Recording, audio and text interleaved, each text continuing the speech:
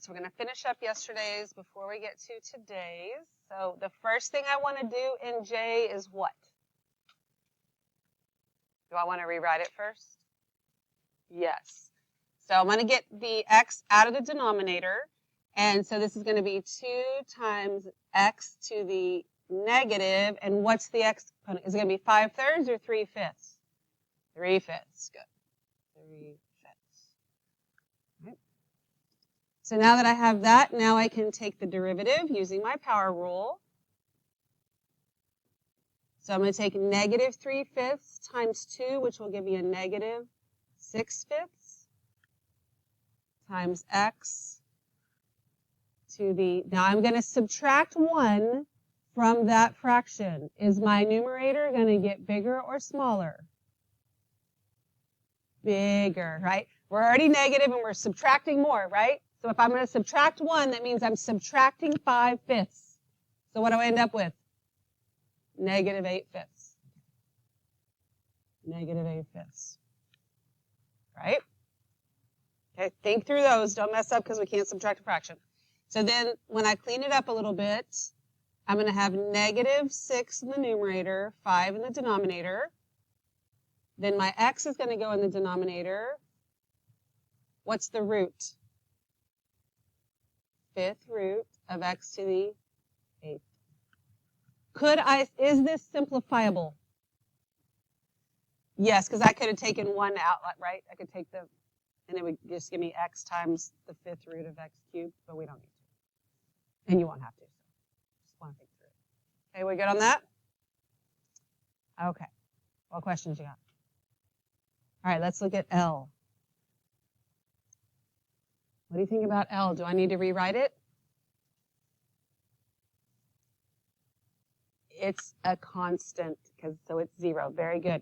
Sure, I could write it e to the 1/3, but I'm not going to put 1/3 in the front and do all that stuff. It is a constant. These are variables. The x value varies. E is just some number. When I take the cube root of it, I get some number. And the derivative of some number is just 0. So it's just 0. Very good.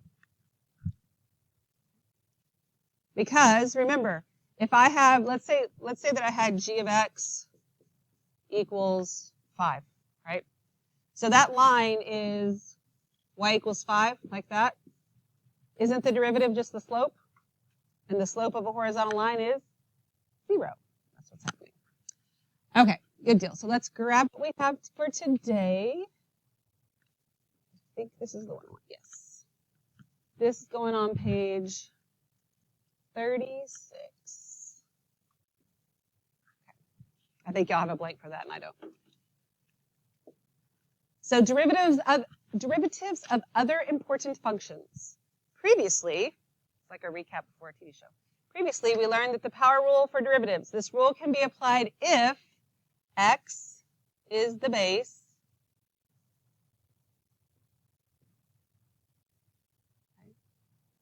and the power is a constant.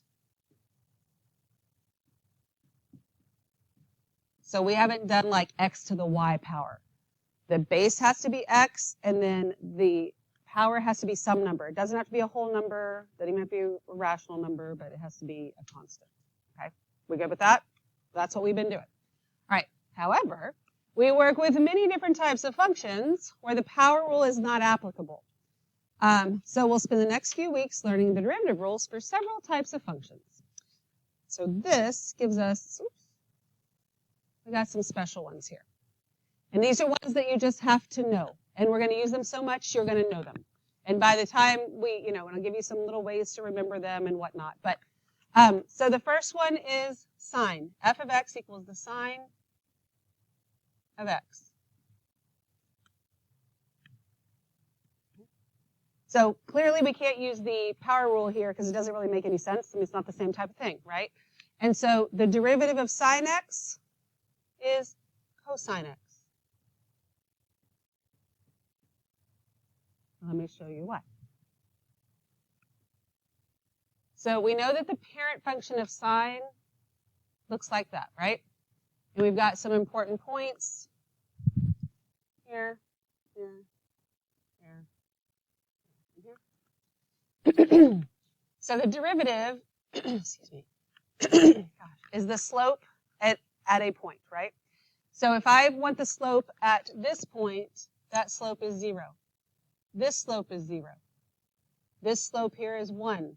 This slope here is -1. And then so forth and so on. We don't have nothing else there. But if I actually then graph that, look at what I'm graphing. I would graph at 0, I'd be at +1. At 1, I'd be at 0. At, not at 1, I'm sorry, at pi halves, I'd be at 0, 1. At pi, I'd be at -1. And then at 3 pi halves, I'd be back at 0. And what does that function look like? What is that? Cosine. And that's what's happening. Okay? So that's the y, all right, just so that you know that there is a reason. It's not like somebody just decided, oh, let's just make it cosine. Okay? So if I kept going, then I'd get the cosine function. Do you have a question? You got it? Okay. Just making sure. You're good. All right, so then the derivative of cosine, let's see if we can figure out what that is, doing the same kind of thing. So here's my cosine. Oh, drawing with my sleeves again. Let's get the cosine function here. So cosine looks like that's one cycle. So I got my important points here, here, here, here, and here. So when I do my slopes for the derivative, that's going to be 0. This is going to be what? 1 or -1? -1. This is 0. This is, and this is 0, right? So if I graph the derivative then, at 0, I am at 0, right?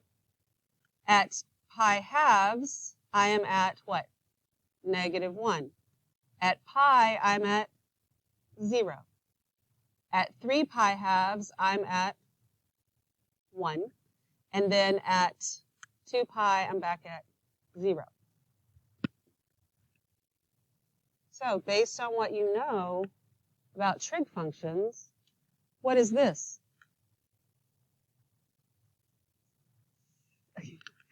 Okay. Is it related to sine? Because y'all want to say sine, but you know not to say sine. So that's good, right? We're getting there. What's wrong with it that it doesn't look exactly like sine? Is it the invert? Be careful. Don't try and make it too hard. What happened to sine? What could I say happened to him to make him look like this? Do you flip over? Okay. How do you reflect something in the x-axis? Think about a parabola, because you've been doing that since algebra 1. Negative. You've got x squared and you got negative x squared, right? All that has happened, I mean, we could say it's a translation too, but at the same time, isn't this just sine flipped over, right? So it's the reflection of sine in the x-axis, and we do that by making it negative, right? So the derivative of cosine is negative sine. So are you going to have to draw these graphs every time? Absolutely not. Hopefully, I mean, maybe you won't have to draw them anymore at all. But if you do, if you're really just trying to wrap your mind around it, you can think about what we just did and you can get it back out of your brain, okay? You can also, when we talk about this, because just like anything else, yes, we will have sine and cosine, but like, what if I want to take the derivative of negative sine? Like, what is that going to give me? So one thing that's going to help, so we do derivatives. Then after we get really good at derivatives, we do integrals, which is going the opposite way. So this little chart kind of helps more when you're going the opposite way to keep everything straight, but it works now too. So we got sine, cosine, negative cosine. So just, that's all I wrote, okay? So what this tells me is the derivative of sine is cosine. The derivative of cosine is negative sine. The derivative of negative sine is negative cosine. And the derivative of negative cosine is positive sine, okay? So if you just think sine and cosine always go together, you got sine, cosine, negative cosine. And then they're in order. Sine, derivative is cosine, and the derivative is right underneath it, okay? That way you don't have to overthink it if you're trying to take the derivative of negative cosine. It's going to change. So the derivative of negative cosine gives me sine. Just kind of goes right around. Okay? We okay with that? Not gonna give you tangent and secant today. We'll work on that another day, but there's a way to help you remember those as well. All right, so the next thing we want to talk about is the derivative of e to the x. Okay. Oh, look at that. Look what my sleeve did. That's kind of impressive. It's almost better than my normal handwriting. So e to the x, I cannot use the power rule. Why? The power is not a constant and the base is not x. So you really have two reasons. Either reason's fine. You can't, if you don't have one of them, you can't do it. If I had e squared, what's the derivative of e squared?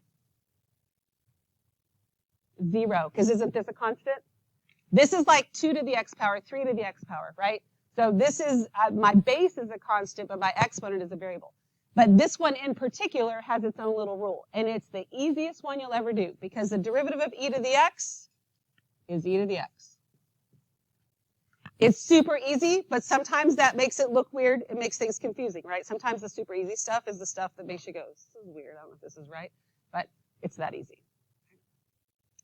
Then the next one is the natural log of x. And remember, logs and exponentials are connected to each other. They are inverses. So the inverse of e to the x is the natural log of x and vice versa. All right? Now, unfortunately, the derivative of the natural log of x is not the natural log of x, but that's okay, because when we take the derivative, we get rid of the logs, and it is just 1 over x.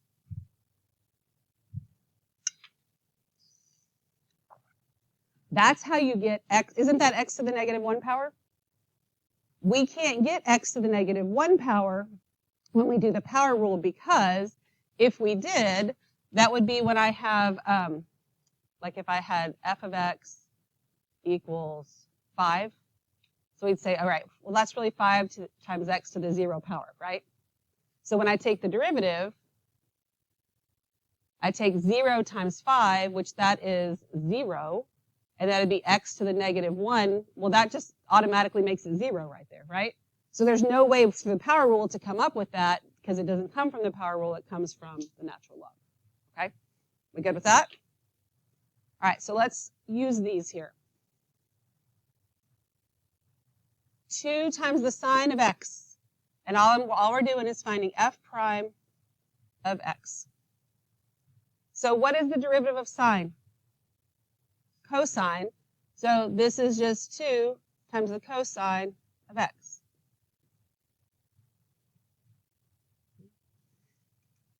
And just FYI, because I'm going to start saying it a lot when we get to the next rule, x is the argument. So cosine is what we're doing. X is the argument. Whatever you take the sine or cosine of, that's the argument of the statement, just so the wording makes sense to you. All right, so then I have f of x equals the natural log of x minus cosine of x. So we're going to do f prime of x equals. All right, what's the derivative of the natural log? 1 over x. And then what's the derivative of negative cosine? Sine. So this will be plus sine of x. Okay. We okay with that? Notice that that's kind of easier than if. So I'm thinking that probably the reason you could say it so fast is because you were thinking about this, right? If we hadn't, this is what we would have had to have written as we would have had to have had 1 over x minus, and then the derivative of cosine is negative sine of x. And then when I substitute it in, when I clean it up, I get that. But it's a little easier just to kind of go from that chart and think of it as being negative. Okay, so that way you don't get lost in signs and stuff. Okay, we okay with that? So it's no problem going straight there. All right. So C, f of x. So we want f prime of x. What is the derivative of e to the x? E to the x. Okay.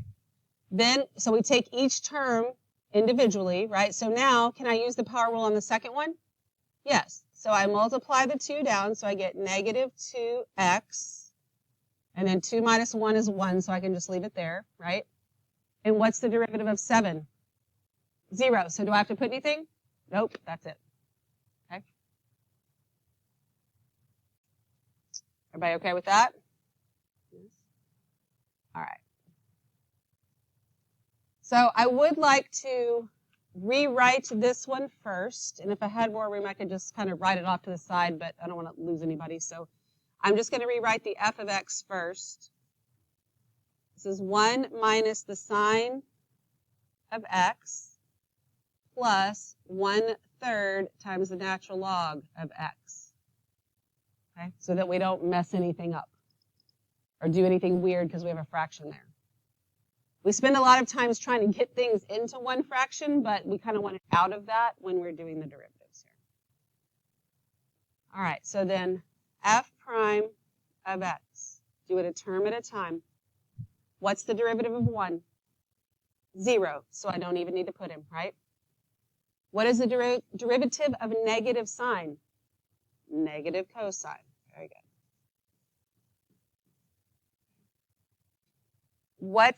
So then I'm going to have equals, shoot some letters, plus.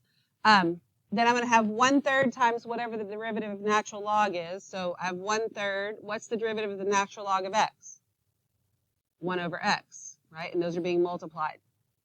So I don't want you to do anything weird with these fractions. Like I could have skipped this step, but again, I didn't want to lose anybody. So now this is negative cosine of x plus what? 1 over 3x, which is totally fine to go straight to that, but it, to each his own. Like if you feel like it's better for you to go ahead and separate it so you don't do something weird with the fractions, because that's where weird stuff happens a lot, then we're good. Okay. All right. Let's look at E. On E, I can't just go through and do it a term at a time because I'm multiplying here. Okay. So we do have something called the product rule that we're going to look at, if not tomorrow, then on Monday. But we don't know how to do that yet. So what could we do here to be able to get it to where we could work with it? Can we multiply it together? We can multiply it out, right? So when I do that, I'm just rewriting it. So I'm not taking the derivative yet. I'm going to do FOIL. So the first two terms, 2x times 3x is 6x squared. Then the outside 2 give me 4x. Inside 2 gives me negative 21x. So that means that's negative 17x. Y'all agree with that? Okay, minus 14.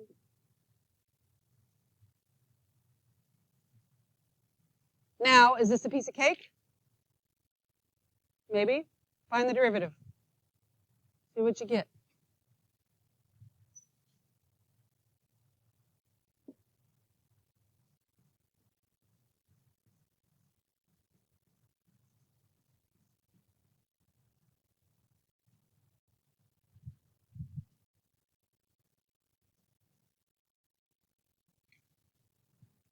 (12x minus 17). Agree with that? Anytime you take the derivative of a polynomial, you'll always end up with 1 degree less. So this is 6x, this is a quadratic, you get a linear. If this was cubic, you get quadratic. And since you're subtracting 1 from the exponent, it'll happen every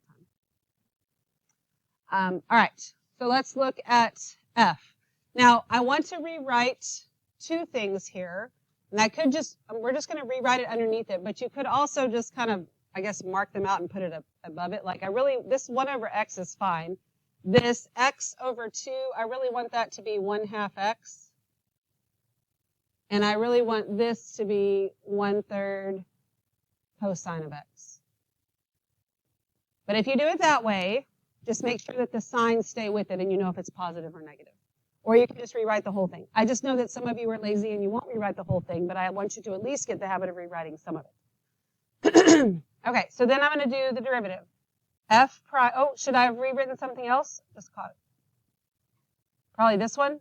Get the x out of the denominator. So this is x to the negative 1 power, right? I caught myself just as I was about to do the derivative, like, got to get my variable out of the denominator. Because although the derivative of the natural log is 1 over x, the derivative of 1 over x is not the natural log. So got to do my power rule here. Might as well have just rewritten the whole thing, right? So negative 1 times x, so it's negative x. Then what does my exponent become? Negative 2, very good.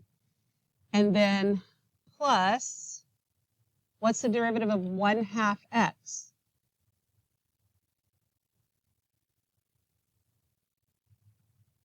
1/2. Good. 1/2. If I have just an x on there, I'm just taking the coefficient, so it's 1/2.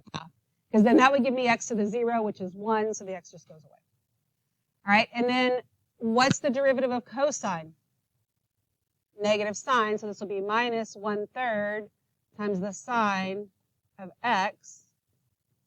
And then what's the derivative of e to the 4th? 0, because it's a constant, because I don't have a variable. Okay? It's still just some number, right? It's okay, I know, it gets a little confusing. So do I need to clean this up just a little bit? Just that first term really is all I need to do. So f prime of x is equal to negative 1 over x squared plus 1/2 minus 1/3 times the sine of x.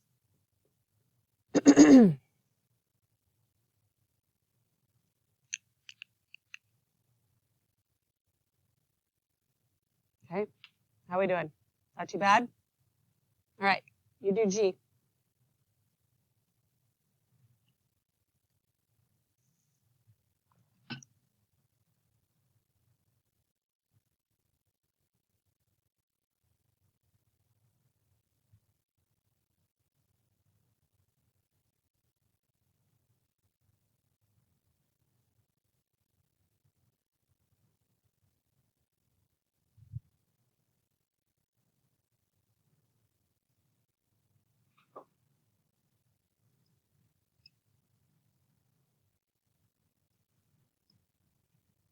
We're good on G? What happens? F prime of x. All right. So I got this negative 3. He's just kind of along for the ride for whatever happens with e to the x. What's the derivative of e to the x? E to the x. So this is just negative 3 e to the x. See what I mean about it being super easy, but almost so easy it seems weird and wrong? But it's correct. Okay. Plus 4 times the natural log of x. So if I take the derivative of the natural log of x, I get what? 1 over x. So this is just going to be 4 over x. And I'm done. And if you first wrote 4 times 1 over x, that's fine. And if it was a free response, you could leave it like that. That's fine. But if you're going to do something with it, like substitute stuff in, or if you have to match it up with a multiple choice or move on or whatever, we at least need to know how to get it to this. Okay? We good? All right, let's look at H. Should I rewrite some things here? Kind of all of the things, right? So let's see. Let's just rewrite f of x. This first term becomes 3 times x to what? 1/2. Good. Then minus, now I'm going to take out this 4/5, right? And then that would leave me with x cubed in the denominator, so that needs to be x to the negative 3rd. Good. And then minus 2 times x to the, what? 1, negative 1/2. All right, you go ahead and do H then.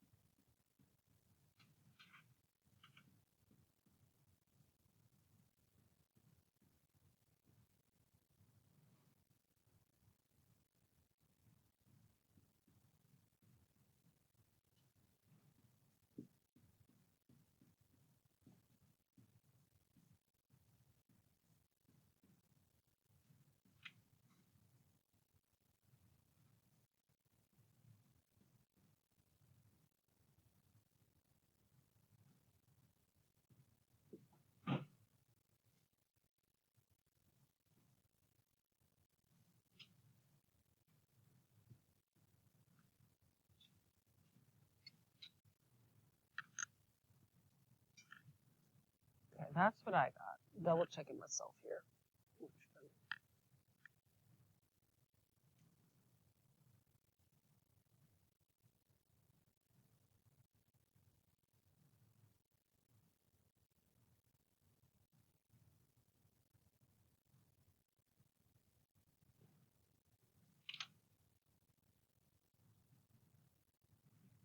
Any questions about that?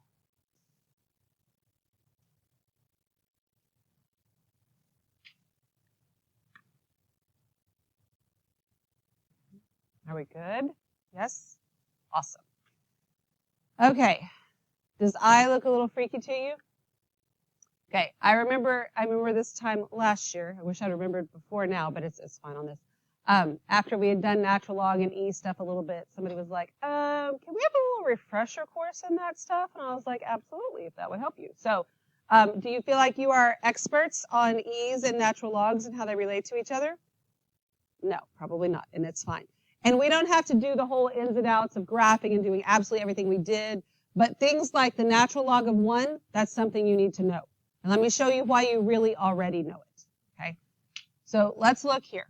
Just any exponential function. You know that it looks like this, right? That's what e to the x even looks like. Just I don't have any numbers and stuff on there. But e to the x it's always 0, 1, because anything to the 0 power is 1, right?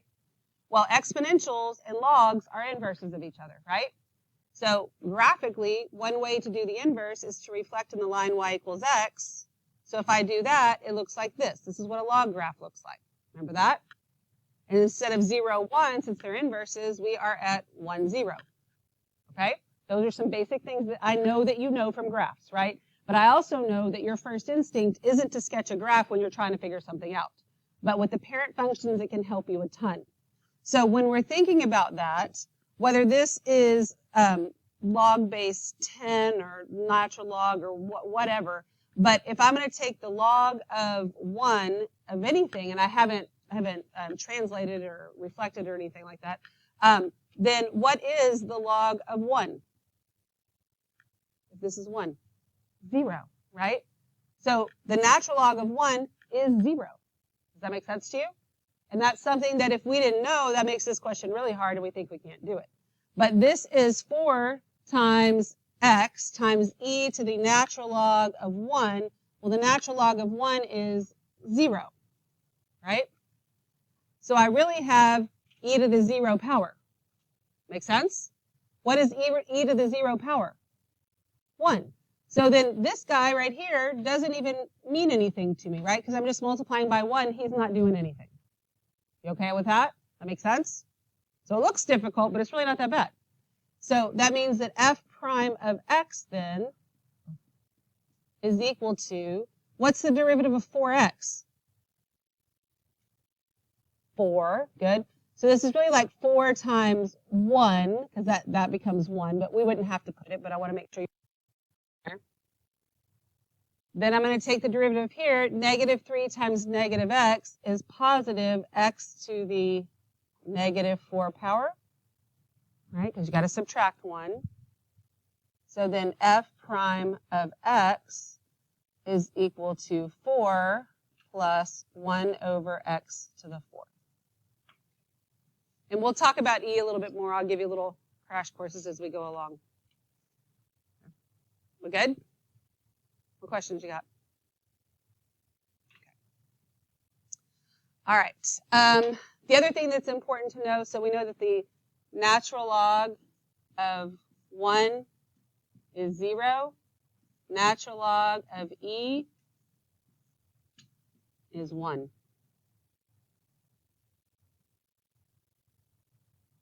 That's because if we rewrote it, isn't the base of a natural log e? And when you rewrite logs, it would be e to the first power equals e. So those are two things that will kind of come up. And again, if you kind of know your parent functions, you can think about where the zeros are, and you don't have to overanalyze anything. Okay. We good? All right, flip it over. If you haven't done so already, you probably already have. Now here's one of these where we got a bunch of stuff going on, and we want to pay attention to what we have. We have f of x, we have g of x, and we have h of x, along with h prime and h double prime given to us in numbers. Okay? All right, so it says the graphs of the functions f and g are given above along with selected values of the function and its derivative. Use the information above to find the following values. All right, so they give me this. They give me k, which is not up there. And then I want to find k prime of 1. So we are going to have to take the derivative of k. I've got to find k prime before I can find k prime of 1. Okay? So k prime of x. I'm just going to take the derivative. So what is the derivative of sine? Cosine.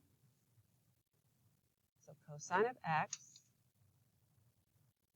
minus, what's the derivative of g? Think real basic. What's the derivative of k? K prime. What's the derivative of g? G prime. 3g prime. That's all we can do right here, right? Plus the derivative of the derivative of x squared is 2x, right? So I've taken the derivative of that. We good on that? So now we're going to substitute in, and we're going to say we want k prime of 1. That's what it's asking me for. So that means I want the cosine of 1 minus 3 times g prime of 1 plus 2 times 1. Right? I just substituted it in. No work, just plopped it in. As far as free response questions go, this would get you something. Okay? Wouldn't get you the whole credit, but it'd get you something. So then what is the cosine of 1?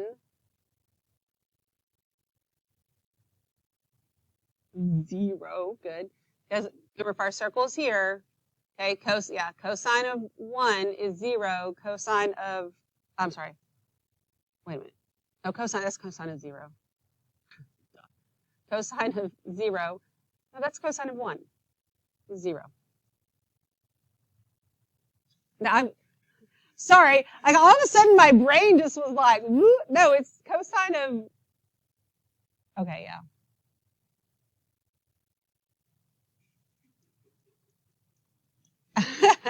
Y'all don't laugh at me. What is the cosine of 0? Or the cosine of 1? We don't know what the cosine of 1 is, right? That's the cosine inverse. This is why I'm having a brain like. Cosine of 0 is 1. The cosine of 1 is the cosine of 1. Yeah. The cosine of 1 is just the cosine of 1. We don't know what it is because that's not a special angle. We all had a brain glitch there, right? Think about that. See, this is 0. This is pi half. Maybe I need a refresher. This is pi halves, right? So the cosine of 0 is 1 because 0 is the angle. 1 is the angle, and that's not an angle we know, right? So it's just the cosine of 1. We don't know that. The cosine inverse of 1 is 0. Yeah. Sorry. I had a moment there, too. I was like, wait. And I just started second-guessing everything I ever knew about cosine. Because you feel like you should have an answer, right? You do. It's the cosine of 1, and it's fine. All right. Minus 3 times g prime of 1. Now, I have a g graph. How do I find g prime of 1? It's the slope. What's the slope when x is 1? Well, first of all, is the slope positive or negative? Negative. And I would go up 1 and over 2. So negative 1/2. So minus 3 times negative 1/2 plus 2. Now, on a free response question, you could stop here. This is a safe stop. Okay? Thank God. So let's go ahead and put together what we can because we can. 3 times negative 1/2. We have cosine of 1 plus 3/2 plus 2. What's 3/2 plus 2? 7/2. Good. Equals the cosine of 1 plus 7/2. Sorry, my brain is still reeling over that cosine thing. It's making my brain hurt for a second. I'd already worked the question, too. I still had a little glitch there. All right. Okay, so on B, actually, let's just do this. Yeah, let's go ahead and do B. We want to take the derivative. Should I rewrite part of it before I take the derivative? Yes. I should think of this as x to the 1/2 power, right? So then I have m prime of x, and not enough room to write, I know. Maybe you do, but I don't have to write big on here. Negative 4 natural log of x. What do you think that's going to look like? Negative 4 over x. Very good. Negative 4 over x. And then here I'm going to multiply. So 1/2 in the front will give me negative 1/2 times x to the negative 1/2. And taking the derivative of the square root of x, you might get to a point here pretty soon where you may not have to write this step. You may recognize it as, so this negative 4 over x. You may recognize it as the fact that when you do that, you're going to take 1 over 2 times the square root of x, and that's fine. You don't have to write that step. I think some of you will want to and will need to most of the time, but if you can just write that, that's fine. Just don't push yourself to the shortcuts because it's not worth it. All right, so now I don't have to do anything with the graphs or anything up above, right? I can just substitute this in. Hopefully I can do this part correctly. So m prime of 9 equals negative 4 over 9 minus 1 over 2 times the square root of 9. And since we ran out of room, let's just stop there. Just know that that would probably not be an answer on a multiple choice question, so you do need to know how to simplify it, but you could totally leave it like that. You may not want to if you have to substitute it into something else, but on a question like that, you can just leave it and it's fine. It's better than doing something weird, right? You can't stop here because you haven't actually evaluated it yet, but we can stop here. Can't stop here, but I've evaluated it. That's why I always say the first step, zero work, just substitute it in. Because now when you just do that, now you can just stop. You're just done. Just don't do anything else so you don't mess anything up. Okay. All right, let's do one more, and then we'll finish this tomorrow. I'll give you your assignment tomorrow. All right, so I want n prime of x. So I'm taking the derivative. What is the derivative of h of x? H prime of x minus what? G prime of x. Then what? Plus 0, so I don't have to put anything, right? Okay. All right, good deal. So let's go up here. Oh, wait, let's substitute it in first. I need n prime of 4 equals h prime of 4 minus g prime of 4. Now, even though we substituted in here, I can't stop here because I haven't actually figured out what h prime of 4 is yet. Here I could stop because it's just a different situation. So then this gives me, go back up here, look at a, ooh, dang. Look at h. What is h prime of 4? 1, because I'm just getting it off the chart, right? So h prime of 4 is 1 minus, then g prime of 4, okay, positive or negative? Positive, and it's a positive what? 1. But I already had the minus, so 1 minus 1, 0. Okay. We good so far? Yes? Okay. So we're going to work through some more of these tomorrow, and then I will give you your assignment tomorrow.